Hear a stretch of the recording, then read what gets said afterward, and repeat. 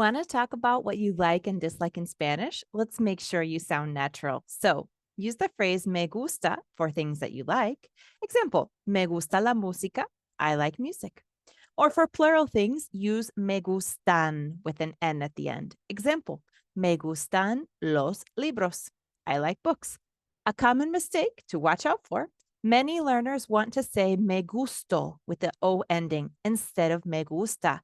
Remember, the thing you like is the subject, so we need to use either me gusta with an A ending or me gustan with an N ending, not me gusto. Challenge, write in the comment section below what your favorite food is using the phrase me gusta or me gustan. Now, let's talk about things we don't like. We can say no me gusta, so the no comes first, and then the me, and then the gusta.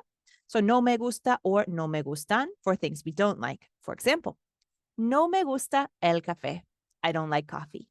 A stronger version of this would be with odio. I hate. For example, odio levantarme temprano. I hate waking up early. A cultural tip for you, in Spanish, we'll often soften the dislike. So instead of saying no me gusta, it is a little more common to say no es mi favorito.